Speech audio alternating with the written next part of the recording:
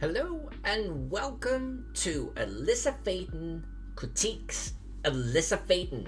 And if you've not seen one of these episodes before, this is where I look back on some of my older work and I roast it. Well, I don't. But I do talk about what I did then, what I do now, why I do it differently, or even if some things have actually been brought forward over the decades and I still use that technique.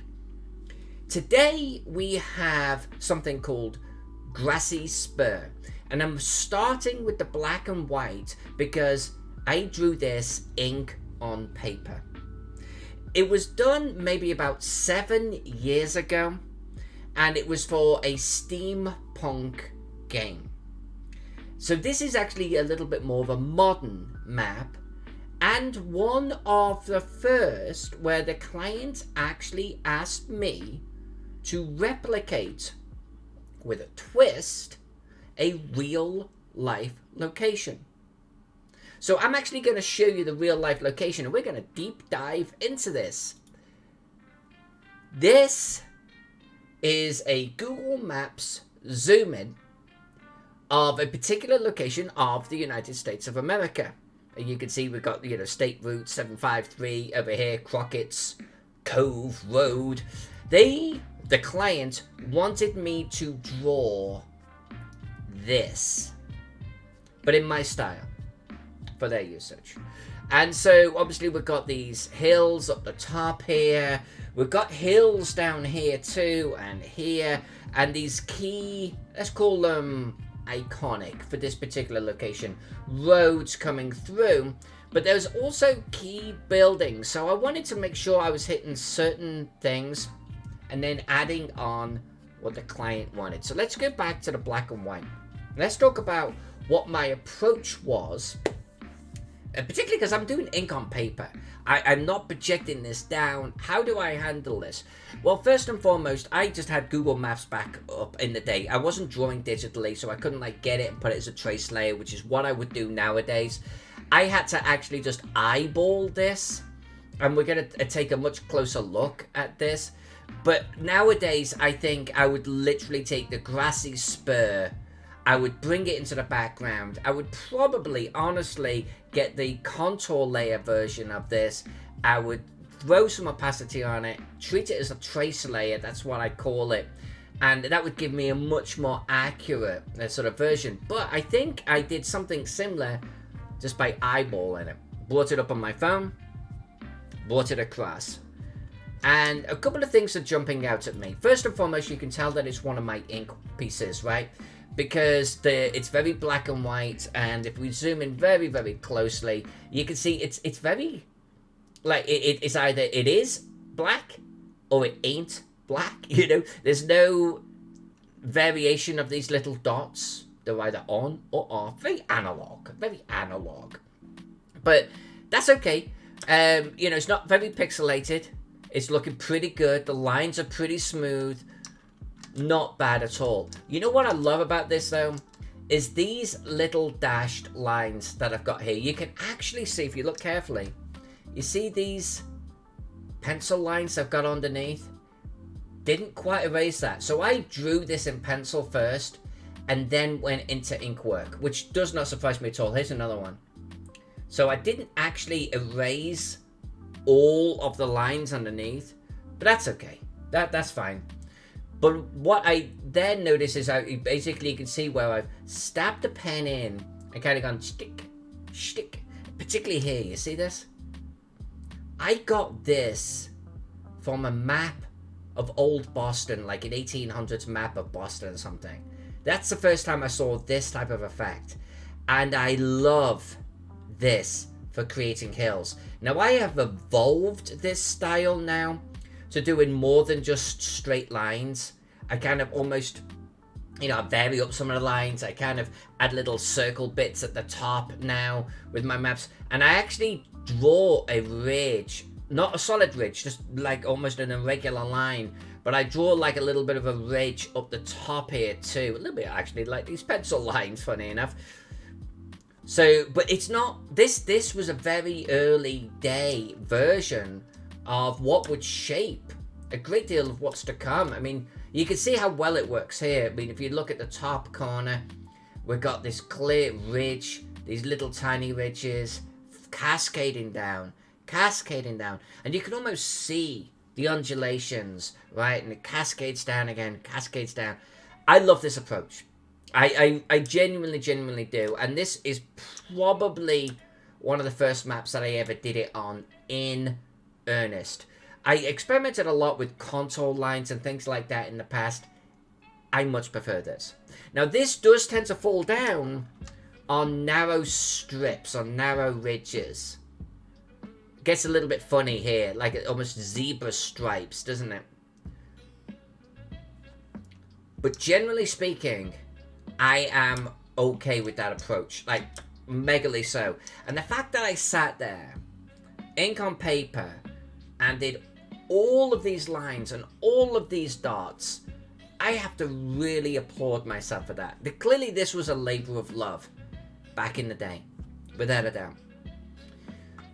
Would I do anything differently? Well, the roads also are pretty much how I draw roads nowadays. You can see they're not a solid line. I try to kind of almost skip little bits, insinuating that it's not, I don't want to say continuous road. Of course it's a continuous road, but it's kind of got uneven edges, maybe where there's bushes and the likes. It's more of a dirt road. And I think that's okay. I tend to do it a little bit softer nowadays. Less lines, so to speak. I'd still do this approach though. So like a little settlement. And side roads. Again, because I can do this digitally now, I do have a level of advantage over my younger self, but this is all how it started for me. So I can't fault any of this at all. Now, the client did have a couple of requests regarding things that needed to be on the map. Because if you actually look at the original here, the Google Maps version, there's not that many buildings on here. Like, at all. Client wanted more. They wanted a little settlement up here. They wanted railroad tracks. They wanted, I think, a mill down by a stream, and I'm going to talk about that stream in a moment. And they wanted a row of terraced houses along this edge here. So let's talk about them. First and foremost, I'm dealing with ink on paper, and I can't zoom in this close. I can't zoom in, right? I mean, zooming in ink on paper, you just put your head closer to it, right? So this is okay. These buildings are okay. I can see where I've got these little dots, probably insinuating some kind of chimney. And I've got the ridge of the roof itself, and I've butted them up against each other, because that's what terraced houses look like. I think if I was going to do this differently nowadays, I would have given these a front garden. Maybe a little wall out the front. Terraced houses in England tend to have, well, not all of them. Not all of them have a garden, but some of them have a little garden out front. And a slightly bigger garden out back. I think I might have added a little bit more detail here by giving them just some background features. Features behind the house, right? And I would do the chimney with a white dot in the middle. I would get it more as a circle versus just a black dot. I want to say I would fight this type of snaking shape.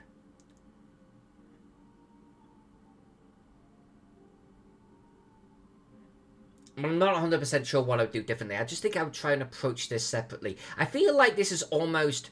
It's like one of those little slinky sticks, you know, that you get with the little plastic parts all connected together. But I also feel like each one is a slightly different size than the others, including width and depth. And there's a certain amount of regularity here that I think I'd want to cinch up. The bridge is fine. That's okay. I'd probably do it in a similar way nowadays. I'm not quite sure why I've got these little two-way lines coming off it, but that's okay. The stream, by the way, if I'm going to do a river, it would look a little bit more like this road, actually. But if I was going to do if I'm going to do a river, it would be wider. But if you're going to do a stream, it's literally just a stream. Do the lines like this where they actually cross over each other a little bit. It creates this wonderful sense of almost a varying width, and there's some parts where maybe there's a little bit more of a still water or something. The banks are a little bit shallower down. This is a great way to do streams. This is how I would exactly do a stream today. So this is kind of awesome. Like, good job, Faden. Good job. You did nice. This is okay. I don't think I would have put the path out the back. I think I might have put actually some kind of wall around this, but I would have done my dotted line version of it. And if anything, I would have put this path in a different location, you know, just not there. Maybe some stacks of goods, crates or something, but just not the path. It's okay, it's just not going anywhere, it's not doing anything.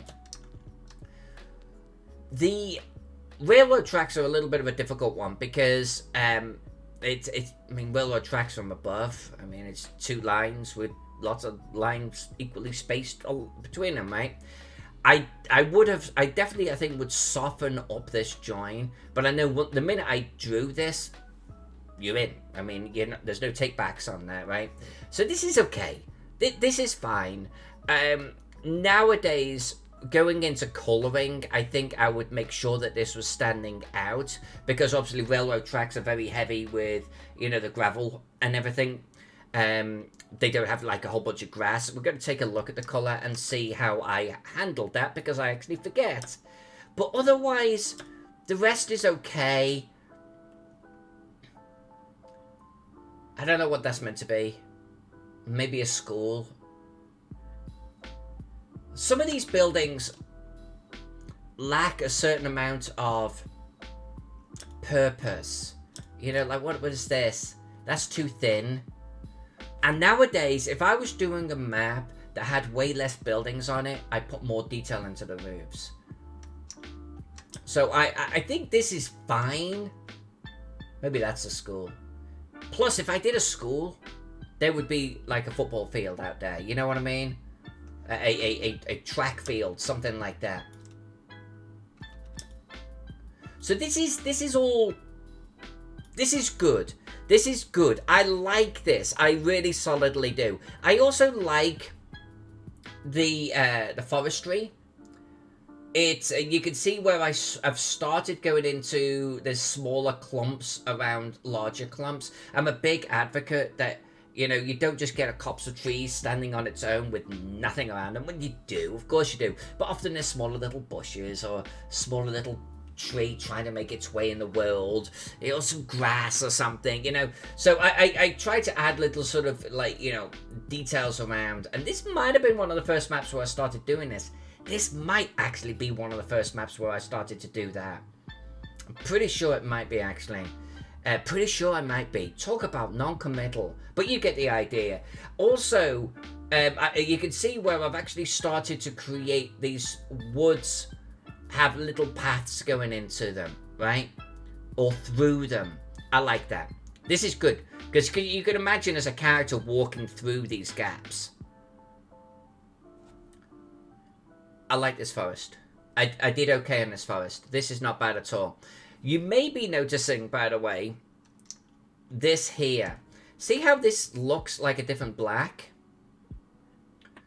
That's because I did this entire map ink on paper, remember? And then the client told me at the end, oh, I need a baseball field. And I'd filled this whole map. I'd filled it. And again, ink. And I'm like, I don't know where I'm going to put a baseball field. This is also the first time that I tried an electric eraser. Literally, bzzz, to try and softly remove my ink. And so it ended up actually carving away paper. And then when I redrew it, you can see that the ink has soaked into it more. That's why it's blacker. Fun fact. But I got my baseball field, so that's all good. I like this corner. I like these roads. I like the shapes. This road is going nowhere. I would do something different with that. I would put some kind of building at the end here, so there's a purpose to the road. But overall, honestly, not bad.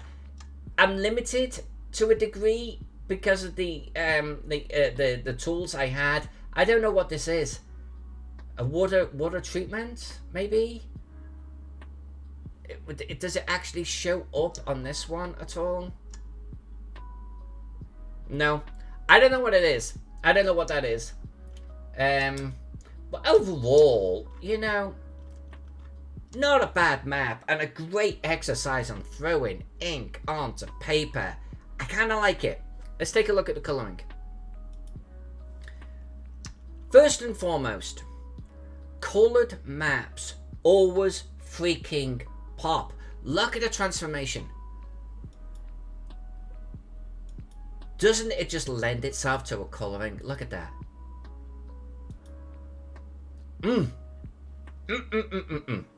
I love my black and whites.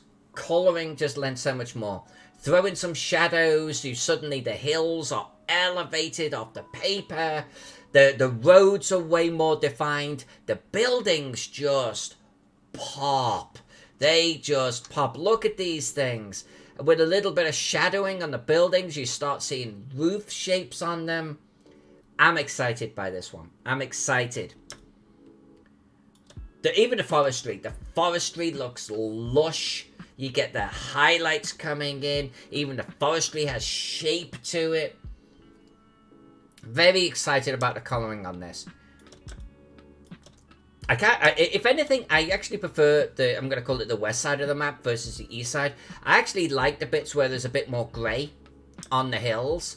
I probably would have done, if I was going to colour this nowadays, I probably would have done a little bit more stone over here. Not a huge amount, but it feels a little saturated, you know what I mean? Now, I was looking at the original Google Maps. It's heavy on the green, but see how in real life there's lots of tan and grey, even in a luscious area. I should have captured more of this here, and I do that nowadays. So the colouring is nice. I think I could kick it up just a little bit more, with just the way I colour nowadays. The railroads are good. The grey makes them stand out. And you can see I've actually insinuated a little bit more grey over here.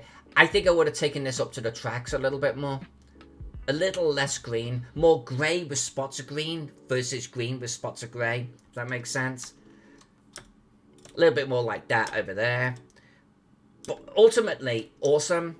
And even though you could almost see the wrecked paper, can't you, in there?